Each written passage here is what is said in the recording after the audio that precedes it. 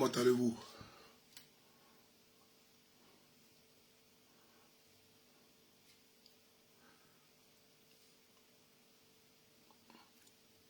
Ouais, Tango, comment tu vas?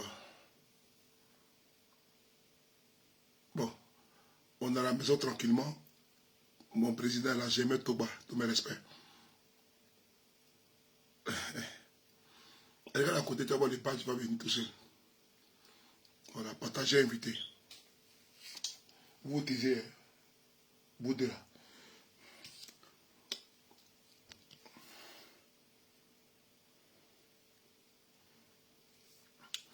J'aimerais ici vous demander de partager la vidéo. Tango. Tango. Tu vois, j'ai une bonne lecture de la politique.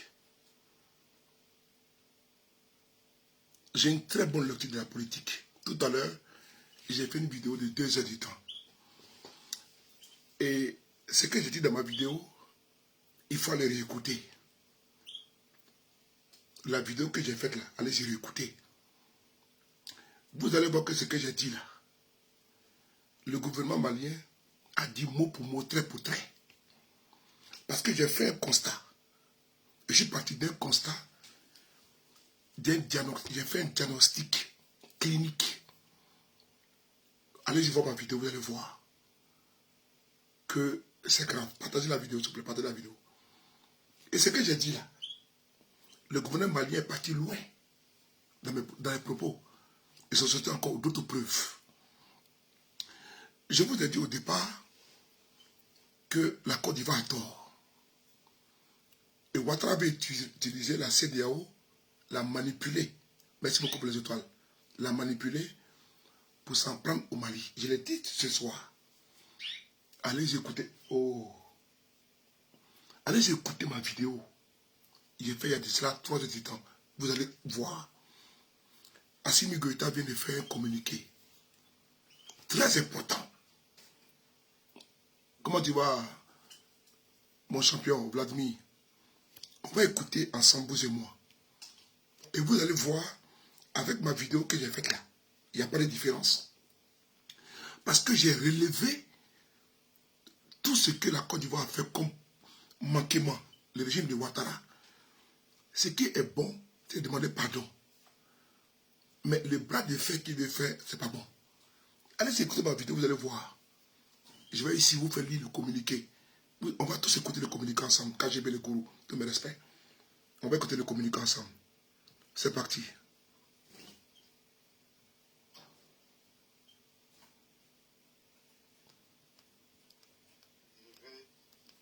Le communiqué numéro 38 du gouvernement de transition. Écoutez. Communiqué dont la teneur suit.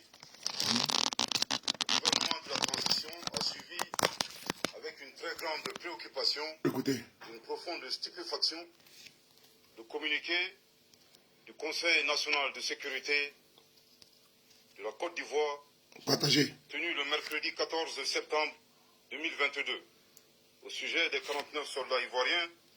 Partagez la vidéo, partagez la KGB, partagez la vidéo. Aliou, merci beaucoup. Partagez la vidéo, merci beaucoup. Je suis dans la maison, je me réveille très tôt le matin. KGB, il faut que tu fasses un direct dessus, c'est important. Voilà.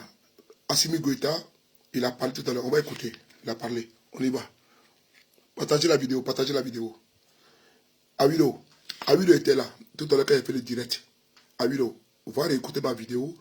Tu vas voir que ce que j'ai dit dans mon direct, c'est ce que le gouvernement malien veut dire.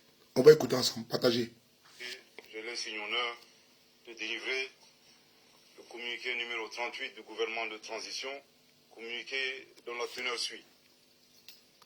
Le gouvernement de la transition a suivi avec une très grande préoccupation et une profonde stupéfaction le communiqué du Conseil national de sécurité de la Côte d'Ivoire, tenu le mercredi 14 septembre 2022, au sujet des 49 soldats ivoiriens arrêtés à l'aéroport international président Modibo Keïta Bamako Sénou le 10 juillet 2022 et contre lesquels la justice malienne a ouvert une procédure d'information judiciaire pour des faits graves touchant entre autres à la sécurité nationale et à la sûreté extérieure de l'État.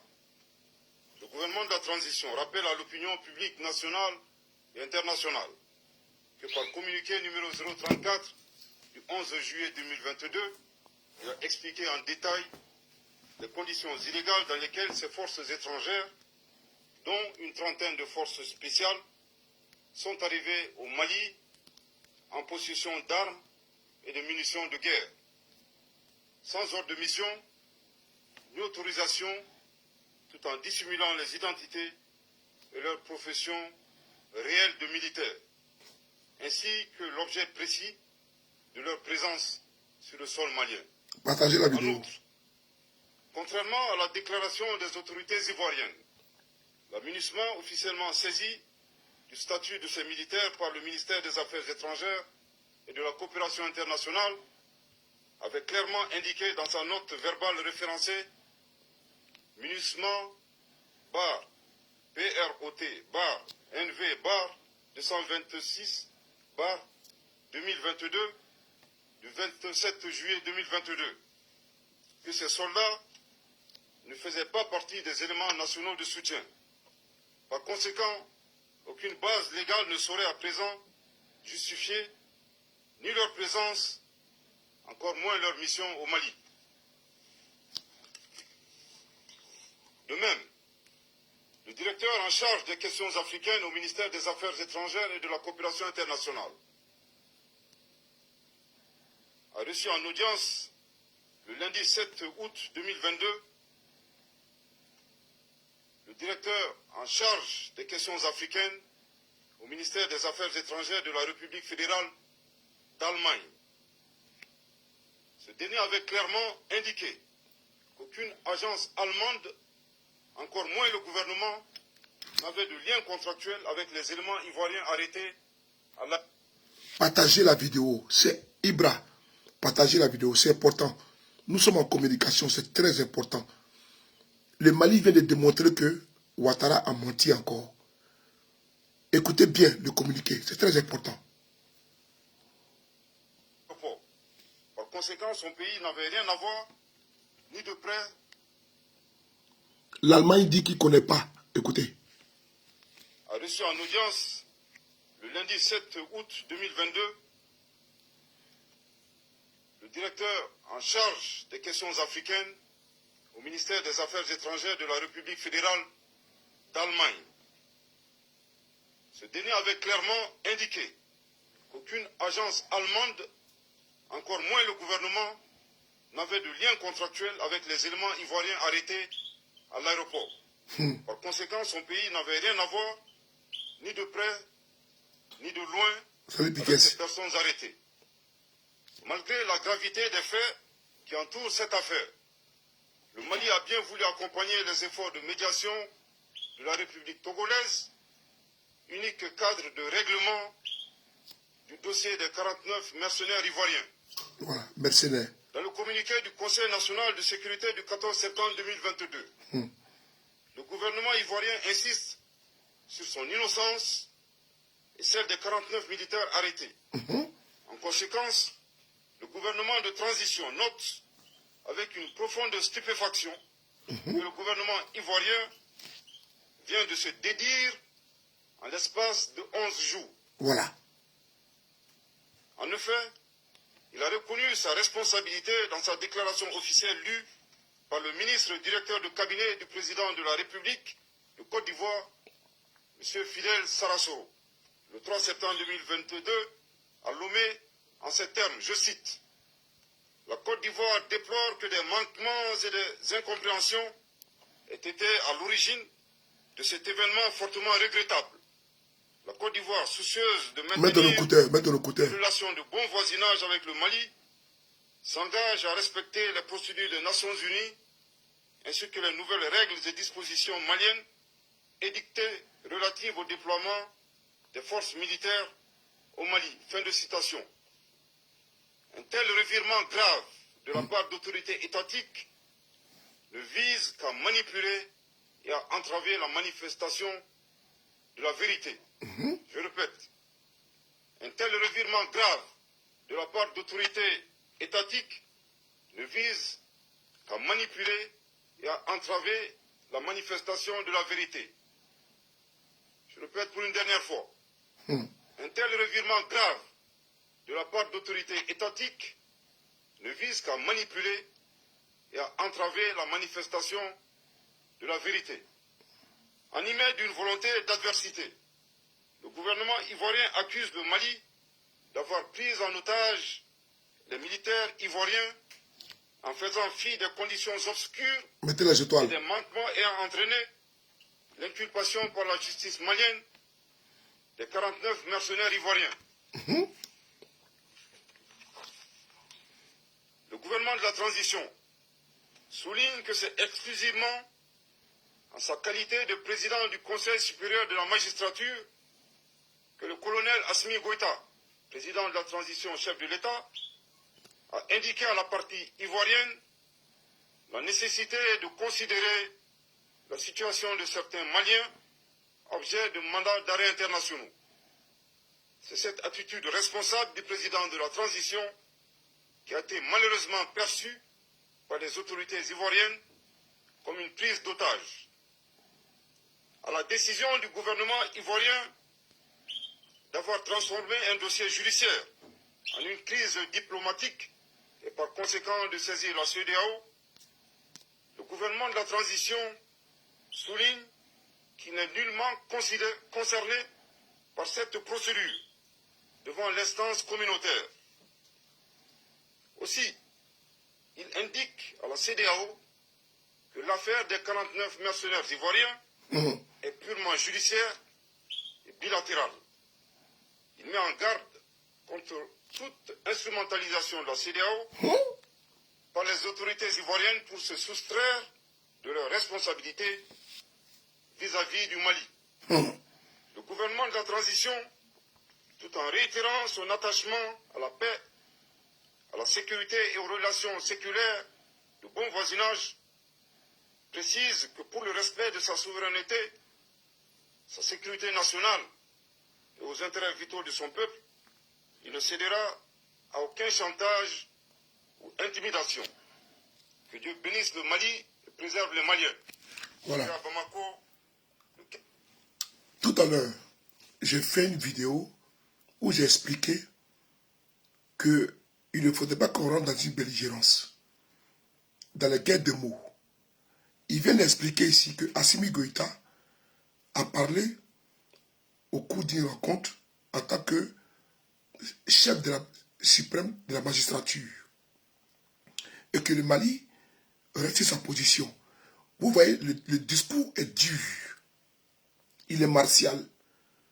Ça veut dire que nous avons toujours alerté les autorités ivoiriennes, nos autorités, que quand tu es en tort, il faut avoir l'humilité de demander pardon. Mais vous voyez, ils veulent jouer avec les mots. Même l'ONU reconnaît qu'ils ne sont pas des soldats de l'ONU. C'est important. Également, l'Allemagne ne reconnaît pas avoir signé un contrat avec la Côte d'Ivoire. C'est grave, ces propos-là. Ça veut dire que, de faute en comble, le régime de Ouattara est en tort. Et il veut embrigader les gens d'un soutien et parlant d'otages. Ils sont en train de compliquer la situation des soldats ivoiriens. Parce que la première fois, ils ont été interpellés par les autorités maliennes le 10 juillet pour leur demander est-ce qu'ils ont envoyé des soldats au Mali. Ils ont dit non. Ils ont attendu 48 heures. Dans ma vidéo de tout à l'heure, j'ai tout expliqué pour répondre.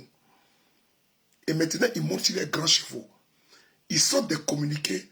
Ils sont dans la manipulation. Je le dis encore. Le régime de Ouattara est dans la manipulation. Ouattara a un agenda caché. N'est-ce pas, au fin, on ne peut pas dire, in fine, attaquer le Mali avec la caution, n'est-ce pas, de la CEDEAO, comme il a tenté de le faire. Parce que l'ONU, même que Ouattara a pris comme témoin, que les soldats étaient ses membres, n'a pas reconnu que les soldats l'appartenaient. Ma vidéo de tout à l'heure est là. Mais comment on envoie ça à la CEDEAO? Le Mali met en garde. C'est une affaire judiciaire qui peut se régler. Mais elle veut jouer avec les mots et elle veut jouer, n'est-ce pas, avec la manipulation pour sortir de la honte, n'est-ce pas, dans laquelle ils sont. Mais il n'y a pas plus grande personne, même quand tu as honte, même quand tu as tort, de demander pardon, même si tu as raison. Pourquoi Ouattara, il s'en fout des militaires ivoiriens? Parce que c'est à cause de nous. Alassane Ouattara était ici en vacances. Comment le chef suprême des armées, des soldats sont arrêtés au Mali? Toi, tu viens en vacances ici. C'est quand on a commencé à dénoncer qu'il est rentré une semaine avant la fin de ses vacances. Et il donne 500 000 francs CFA aux familles parce qu'on dénonce. Ouattara, il n'y a que son fauteuil. Le communiqué qui a été fait hier, allez-y écouter la fin du communiqué. On dit merci, bravo à la sérénité des soldats. Parce qu'il a peur. Il a peur parce que dans les casernes, ça grogne. Il a peur. Il sait que cette affaire, les soldats connaissent la vérité. Il remarquait très bien. Donc, il met tout en place afin de pouvoir les blaguer. Quand il est venu de Paris, il a donné 500 000 francs CFA aux familles des soldats pour la rentrée scolaire. Là, maintenant, il s'en va aux États-Unis. Il est venu en Italie. Après, il s'en va aux États-Unis. Qu'est-ce qu'il fait? Il fait un conseil national de sécurité la veille. Et puis, il accable le Mali pour dire que la Côte d'Ivoire a raison. Et il dit aux soldats que la Côte d'Ivoire est avec vous. Et puis, il prend son vol, il vient ici. Parce qu'il a peur que les soldats se révoltent. C'est comme ça, Alassane Ouattara. Il est dans la manipulation. Tous les communiqués, remarquez bien, il y a un tempo pour les communiquer. Avant le 7 décembre, le 7 août, quand il y avait l'indépendance, parce que je vous dis avec précision, le 7 août, c'était l'indépendance de la Côte d'Ivoire. Les soldats ont été arrêtés le 10 juillet. Les familles n'ont pas été reçues. 2 jours avant, le 7 août, l'indépendance de la Côte d'Ivoire, où les militaires devaient défiler, ils ont reçu les familles. Ils ont remis 300 000 francs. Alors que pendant un mois, les familles n'ont pas été reçues. Donc, 2 jours avant la fête de l'indépendance, je remarque tout moi, 2 jours avant la fête de l'indépendance, il a envoyé son petit frère pour aller raconter les familles des soldats à l'état-major. Là-bas, ils les ont reçus vite fait. Ils ont remis 300 000 francs. Ça fait 1. Quand l'arrivée quand la fête de l'indépendance, il est venu en France.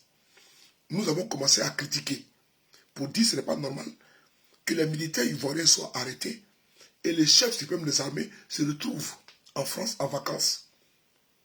Il a écourté ses vacances et est rentré en Côte d'Ivoire. Il a remis 500 000 francs CFA aux familles des soldats.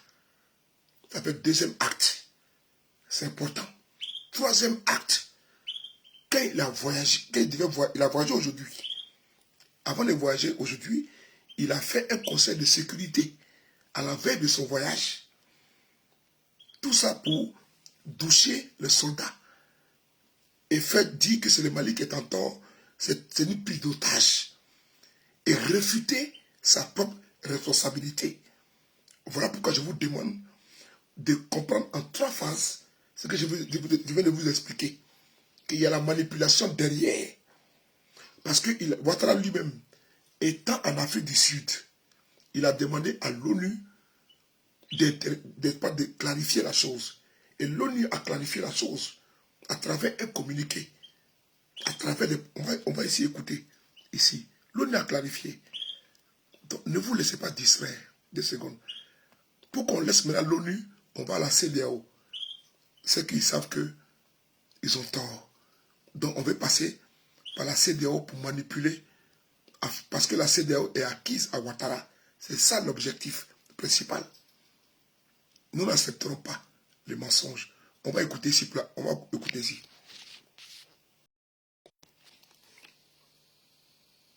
Partagez la vidéo. Écoutez-la.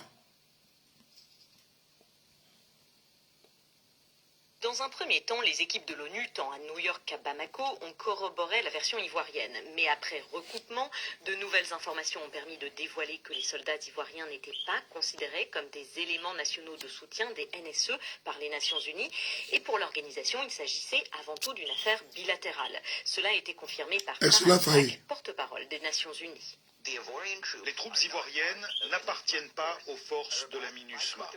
Une requête de la Côte d'Ivoire pour déployer des éléments nationaux de soutien a été approuvée en 2019. Cependant, aucune troupe n'a été déployée sous cette convention depuis ce moment-là. Nous encourageons vivement les deux pays à travailler ensemble pour résoudre la situation et permettre la libération des troupes détenues. En clair, Abidjan a bien signé une convention en 2019 avec l'ONU pour pouvoir déployer ses soutiens logistiques. Mais si des soldats ont été envoyés à Bamako ces 3 dernières années, eh bien cela n'a pas été organisé dans le cadre de cette convention. Et au final, ils n'étaient juridiquement, légalement, administrativement pas considérés comme des NSE. Vous avez entendu? Vous avez entendu? On va aller sur notre vidéo. Écoutez Alassane Ouattara lui-même. Un pays ami des populations frères et sœurs. Par conséquent, il n'est pas question pour nous de nous engager dans une quelconque tentative de déstabilisation. Vous dites de faire la transparence, je pense que c'est les Nations Unies qui doivent faire la transparence totale. Ok. Ouattara dit ici que c'est les Nations Unies qui doivent faire la transparence. Vous avez vu? Vous avez entendu, non? Bon, on veut quoi maintenant? On va aller à l'ONU? Non. L'ONU dit non. Il ne connaît pas. Il fait quoi maintenant? Il va à la CEDEAO. Tout ça, c'est une fuite en avant. Nathalie, laisse Sarah, elle dérange. C'est une fuite en avant. On va écouter pour la dernière fois le communiqué du Mali et on va terminer la vidéo là. Sarah me dérange parce que je vais la déranger. Elle dormait. Elle a raison. Nathalie, Sarah, elle a raison parce que je vais la déranger. Elle m'engueule. Elle m'engueule, dit, laisse-nous dormir, laisse-nous dormir. Elle a raison. On va écouter ici là. Sarah a raison, Joe. On écoute. Ce plateau, le ministre porte-parole du gouvernement, le colonel Abdoulaye Maïga. Bonsoir, monsieur le ministre. Bonsoir. Alors, vous avez un communiqué important du gouvernement par rapport à la situation des militaires ivoiriens détenus au Mali. Merci infiniment. Au nom de nos plus hautes autorités, j'ai l'insigne honneur de délivrer le communiqué numéro 38 du gouvernement de transition, communiqué dont la teneur suit.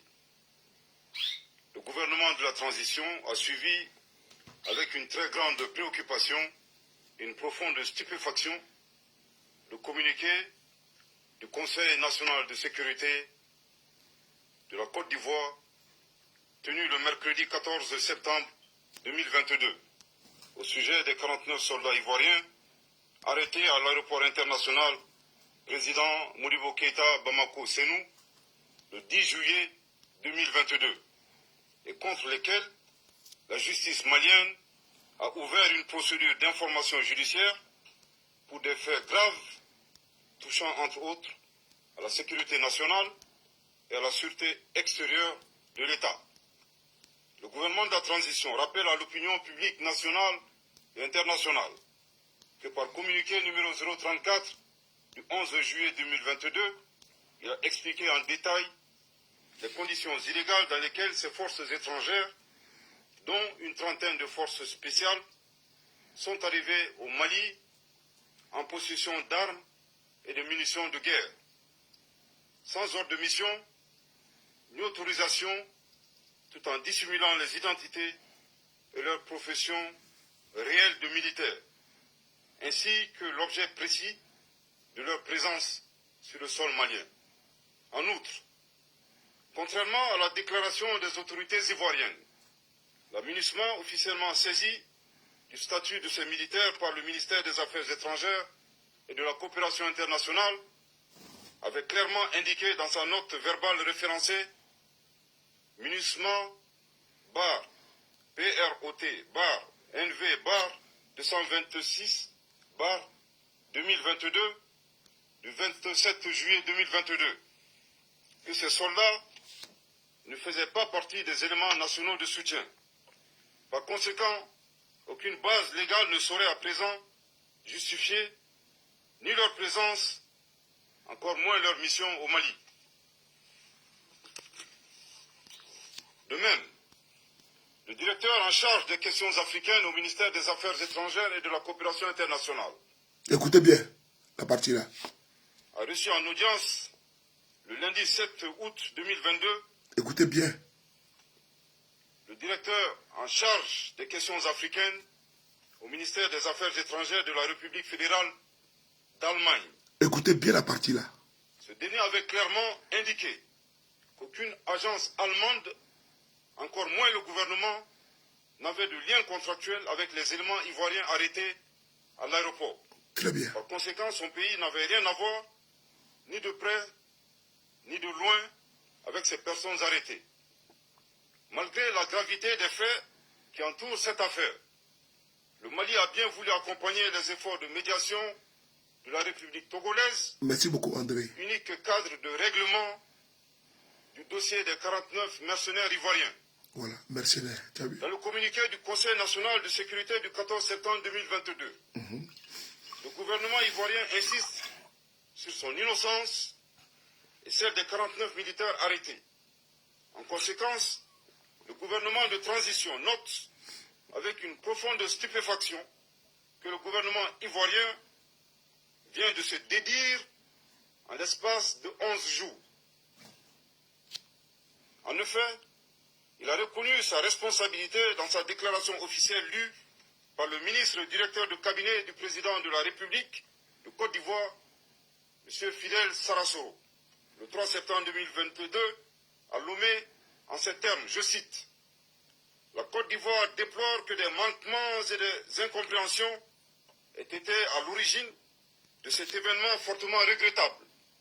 La Côte d'Ivoire, soucieuse de maintenir des relations de bon voisinage avec le Mali, s'engage à respecter les procédures des Nations Unies ainsi que les nouvelles règles et dispositions maliennes édictées relatives au déploiement des forces militaires au Mali. » Fin de citation. Un tel revirement grave de la part d'autorités étatiques ne vise qu'à manipuler et à entraver la manifestation de la vérité. Je répète, un tel revirement grave de la part d'autorités étatiques ne vise qu'à manipuler et à entraver la manifestation de la vérité. Je répète pour une dernière fois, un tel revirement grave de la part d'autorités étatiques ne vise qu'à manipuler et à entraver la manifestation de la vérité. Animé d'une volonté d'adversité, le gouvernement ivoirien accuse le Mali d'avoir pris en otage les militaires ivoiriens en faisant fi des conditions obscures et des manquements ayant entraîné l'inculpation par la justice malienne des 49 mercenaires ivoiriens. Le gouvernement de la transition souligne que c'est exclusivement en sa qualité de président du Conseil supérieur de la magistrature que le colonel Assimi Goïta, président de la transition chef de l'État, a indiqué à la partie ivoirienne la nécessité de considérer la situation de certains Maliens objet de mandats d'arrêt internationaux. C'est cette attitude responsable du président de la transition qui a été malheureusement perçue par les autorités ivoiriennes comme une prise d'otage. À la décision du gouvernement ivoirien d'avoir transformé un dossier judiciaire en une crise diplomatique et par conséquent de saisir la CEDEAO, le gouvernement de la transition souligne qu'il n'est nullement concerné par cette procédure devant l'instance communautaire. Aussi, il indique à la CEDEAO que l'affaire des 49 mercenaires ivoiriens est purement judiciaire et bilatérale. Il met en garde contre toute instrumentalisation de la CEDEAO par les autorités ivoiriennes pour se soustraire de leurs responsabilités vis-à-vis du Mali. Le gouvernement de la transition, tout en réitérant son attachement à la paix, à la sécurité et aux relations séculaires de bon voisinage, précise que pour le respect de sa souveraineté, sa sécurité nationale et aux intérêts vitaux de son peuple, il ne cédera à aucun chantage ou intimidation. Que Dieu bénisse le Mali et préserve les Maliens. Fait à Bamako, le 15 septembre 2022. Merci de votre très aimable attention. Voilà. Merci, monsieur le ministre. Nous recevons sur ce... Bon, vous avez écouté, non? Je vous dis à demain. C'est derrière le coup. C'est là. Je vous dis à demain que Dieu vous bénisse. Il est 12h45. Voilà, je voulais dormir, mais bon, je suis rentré très tôt aujourd'hui. Mais il y a une nouvelle. C'est comme ça, l'activisme, à tout moment, on doit être, comment dirais-je, prêt pour monter au front de la communication. Je suis en train de déranger Sarah et ses amis. Elle ne fait que m'engueuler là. Donc je préfère les laisser dormir. Ça, sont liés à demain. Nathalie, bon, je laisse tes amis tranquilles. Hein. Ouais, t'as vu, elle a commencé encore. Bonne nuit à vous. Allez, merci, à demain. Au revoir. Partagez maximum la vidéo. Partagez maximum. KGB, on va sur ton direct là. On va sur ton direct. Merci.